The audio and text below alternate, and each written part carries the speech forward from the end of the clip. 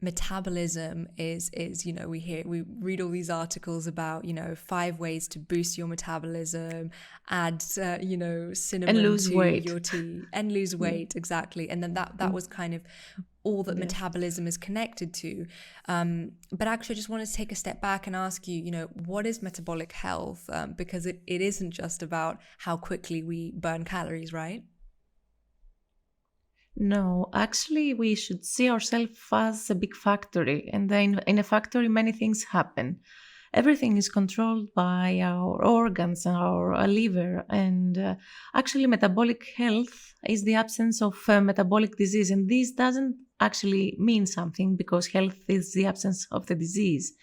But in order to truly understand what metabolic health stands for, is someone maintains his normal body weight, so has a BMI within the normal levels like 18.5 to 25, has normal values of blood sugar, normal lipid levels, and also maintain a physique that is very close to the normality, which is the absence of fat around the belly, which actually is one of the main risk factors for developing metabolic syndrome and metabolic diseases.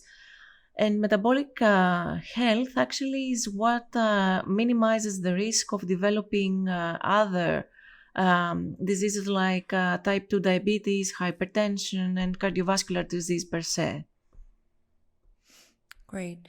And I mean, you spoke there about you referred to type 2 diabetes and hypertension and obesity, metabolic syndrome. I mean, all these things might be something that someone, who's, knock on wood, listening and is healthy, thinking, why should I care about these things? But I think what I've kind of learned is that it's also about, these things don't develop from one day to the next, right? I mean, they are things that are largely preventable following the right sort of No. lifestyle and nutrition. So I guess what I'm getting at is, it is a spectrum, right? And it's not that you're either diabetic or you're not.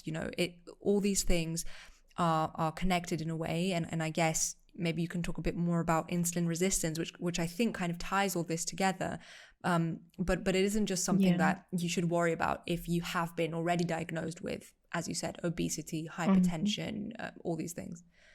Insulin resistance may be present many, many years before someone becomes diabetic, or you can be insulin resistant without being a diabetic for, for your life. And insulin resistance actually is a situation where you cannot manipulate glucose efficiently in from your bloodstream. So your pancreas is increasing the amount of insulin produced without you being able to use it as a vehicle to bring glucose in the cells. Insulin is the key, and glucose is what should go in. So, if we are overweight or obese, or if we lead a sedentary way of life, then we are increasing the risk of actually deactivating our insulin, having insulin resistance.